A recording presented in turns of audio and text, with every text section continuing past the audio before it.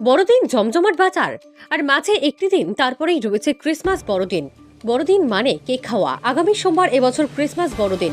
প্রতি বছর কেকের সম্ভার নিয়ে বসেন ব্যবসায়ীরা। চলতি বছরেও তার ব্যতিক্রম হয়নি। প্রতি বছরের মতো এই বছরেও শিলিগুড়ি বাজারের বিভিন্ন দোকানে দেখা যাচ্ছে কেকের সম্ভার। কম দামি থেকে শুরু করে বেশি দামি সব রকম কেক রয়েছে। সাধারণত এই সময় কেকের চাহিদা অন্যান্য সময়ের তুলনায় অনেকটা বেশি থাকে। 8 থেকে 80 সকলেরই পছন্দ কেক। বড়দিনের সেই পছন্দ যেন আরো বেশি বেড়ে যায়। এদিন সকাল থেকেই বিভিন্ন দোকানগুলিতে লক্ষ্য করা যাচ্ছে কেক কিনবার জন্য ক্রেতাদের আনাগোনা। ব্যবসায়ীদের মুখেও হাসি ফুটেছে।